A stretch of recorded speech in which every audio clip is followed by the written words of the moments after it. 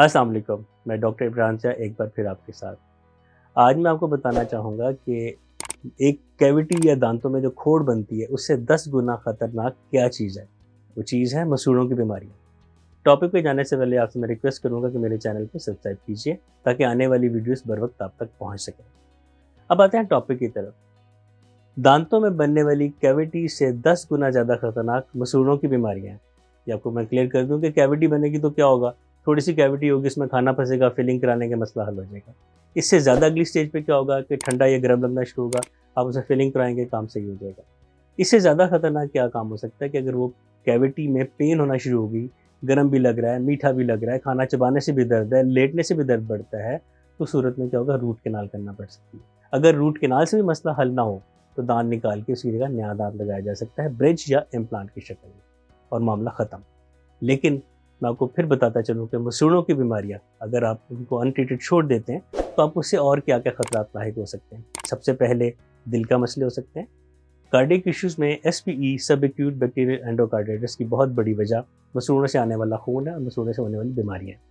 दूसरे नंबर पे pregnancy tumours, या प्रेगनेंसी में आपको कुछ मुश्किलात का सामना करना पड़ सकता है, पेचीदगियाँ हो सकती हैं, प्रीमेच्योर डिलीवरी हो सकती है, अगर डिलीवरी हुई तो उसमें बच्चे का बर्थ वेट कम हो सकता है या और कोई एबनॉर्मलिटी का सामना करना पड़ सकता है। इसके अलावा इससे जोड़ों का मसले भी हो सकते हैं, और भी कुछ बीमारियाँ ऐसी हैं जो कि मसूड़ों की बीमारियों को अनट्रीटेड छोड़ने से हो सकती हैं।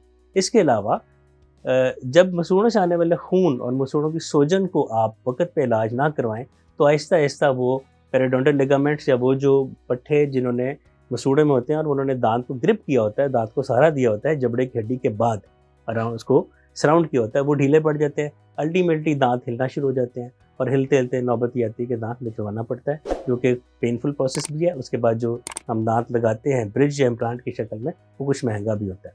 अब हम आते हैं इस बात की तरफ कि कैसे पता चलेगा कि मसूड़े ज़्यादा ख़राब है और वो किसी भी मज़ीद गड़बड़ का बायस बन सकते हैं। अब ब्रश करते हुए जब भी ज़रा सा देखें कि ब्रश करते साथ ही हल्का सा खून आया है, इसका मतलब कि आपके मसूड़े ख़राब हो रहे हैं।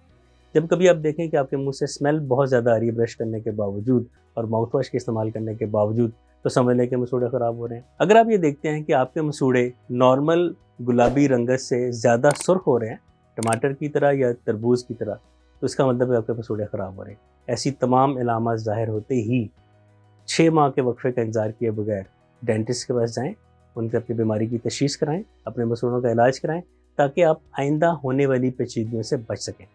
मुझे उम्मीद है कि मेरे वीडियो से आपको फ़ायदा होता होगा। मेरे चैनल को सब्सक्राइब कीजिए, वीडियोज़ को पूरा देखें, कमेंट करें, लाइक करें, दोस्तों और अहबाब में शेयर करें। बेल आइकन को ज़रूर टच कीजिएगा ताकि मेरी आने वाली वीडियोज़ बर वक्त आप तक पहुँच सकें। अपना बहुत ख्याल रखिएगा। आज के लिए इतना ही काफ़ी है। अल्लाह हाफ़िज़।